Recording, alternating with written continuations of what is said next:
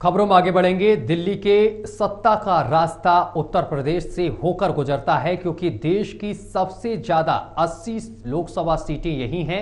BJP पूरा focus UP पर लगाए हुए है और 75 प्लस सीटें जीतने का लक्ष्य तय किया गया है। तो विपक्षी दलों की कोशिशें पीएम मोदी के विजय रथ को उत्तर प्रदेश में ही रोकने के लिए रणनीति है। राज्य में एनडीए गठबंधन का हिस्सा सपा, कांग्रेस और आरएलडी हैं, लेकिन गठबंधन के नेतृत्व का जिम्मा अखिलेश यादव के कंधों पर है।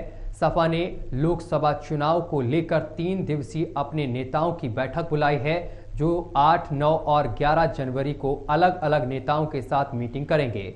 इस दौरान अखिलेश यादव अपने नेताओं के साथ सीट शेयरिंग से लेकर उम्मीदवारों के नाम तक फाइनल मोहर के लिए मंथन करेंगे। लोकसभा चुनाव को लेकर सपा प्रमुख अखिलेश यादव ने अपने नेताओं की 3 दिवसीय बैठक बुलाई है, जिसमें सोमवार को जिला अध्यक्ष और महानगर अध्यक्ष के साथ बैठक हुई है और इसके बाद मंगलवार को सूबे के सभी पार्टी विधायक और 2022 के चुनाव में हारे हुए विधायकों के साथ, यानी कि जो प्रत्याशी थे, उनके साथ बैठक होगी।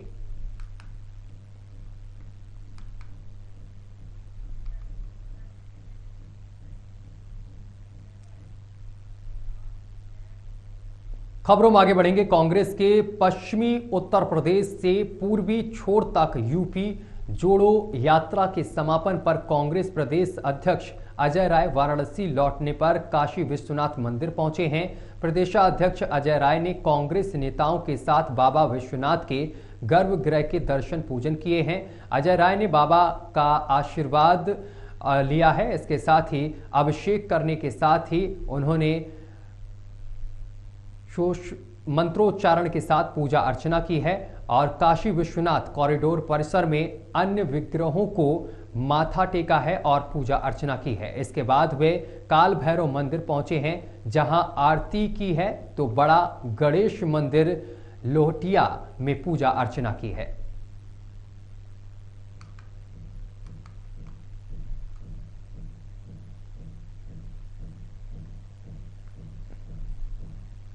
अगली खबर का रुख करेंगे। यूपी एटीएस को एक दिन में 2 बड़ी सफलताएं मिली हैं। आईएसआईएस से जुड़े 25-25 हजार के 2 इनामियों को यूपी एटीएस ने गिरफ्तार कर लिया है। इनमें अलीगढ़ मुस्लिम विश्वविद्यालय एएमयू में तैनात किए गए आईएएस के मॉड्यूल से जुड़े सदस्य अमस अहमद उर्फ फराज अहमद और अब्दुल समद मलिक हैं और दोनों आईएसआईएस आतंकी संगठन से जुड़े हैं। एडीजी एटीएस मोहित अग्रवाल ने बताया है कि आमस भी आईएसआईएस से जुड़ा हुआ है और जिसके बाद इसने आईएएस की शपथ भी ली थी। उसने साल 2022 में एएमयू से मनोविज्ञान में स्नातक किया था और वर्ष 2023 में एमबीए की प्रवेश परीक्षा में शामिल हुआ था। प्रयागराज के जीटीबी नगर का रहने वाला आमस एएमयू के बीएम हॉल छात्रावास में भी रह रहा था।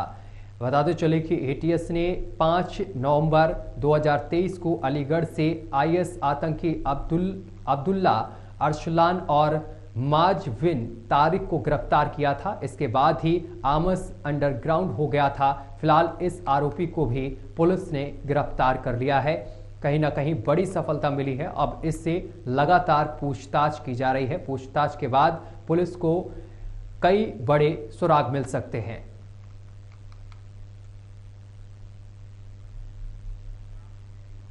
खबरों में आगे बढ़ेंगे। पुरानी पेंशन बहाली की मांगों को लेकर रेलवे कर्मी अब आंदोलन की राह पर निकल पड़े हैं। एक तरफ जहां राष्ट्रव्यापी हड़ताल की रूपरेखा तैयार की जा रही है, वहीं प्रयागराज में संयुक्त मोर्चा प्रदर्शन कर पुरानी पेंशन बहाल किए जाने की मांग कर रहा है।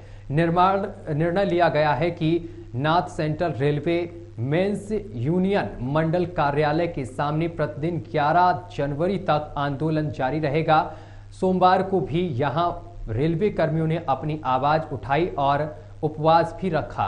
रेलवे कर्मियों का कहना है कि यदि सरकार पुरानी पेंशन बहाल नहीं करती है तो रेल का पहिया तक रोक दिया जाएगा। इसमें रेलवे मुख्यालय, Subedarganj, Prayagraj junction, Prayag railway station आदि शामिल हैं।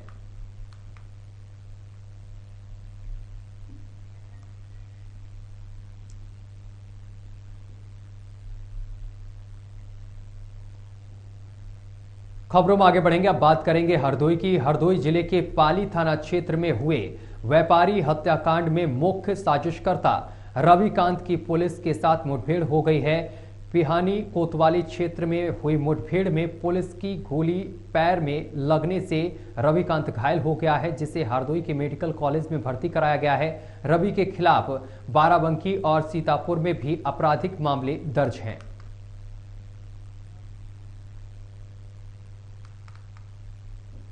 हमारी स्वाट टीम, सर्विलांस टीम और पिहानी के कोतवाल चेकिंग कर रहे थे। उसी दौरान मुखबिर से सूचना प्राप्त हुई कि सीतापुर रेलवे पुल के पास जो सड़क जाती है वहां पर दो संदिग्ध व्यक्ति हैं जो कोई घटना करने की फिराक में हैं। इस सूचना पर हमारी टीम वहां पहुंची और घेराबंदी कर इनको जांच करने की प्रयास किया तो इन्होंने भागते हुए पुलिस पर फायरिंग शुरू कर दिया। जवाबी फायरिंग में एक व्यक्ति घायल हुआ जिसके पैर में गोली लगी और दूसरा व्यक्ति गिरफ्तार हुआ है। इनके पास से 2 तमंचे बरामद हुए हैं, जिंदा कारतूस और खोखे बरामद हुए हैं।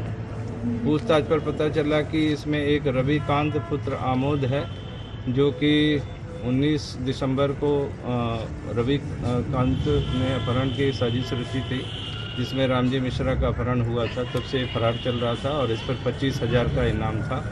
दूसरा इसका साथी है शाहजहांपुर का, जिसका नाम ओम प्रकाश पुत्र छविनाथ है। इस संबंध में और जानकारी की जा रही है। इनको न्यायालय के समक्ष प्रस्तुत कर अग्रिम कार्रवाई कराई जाएगी।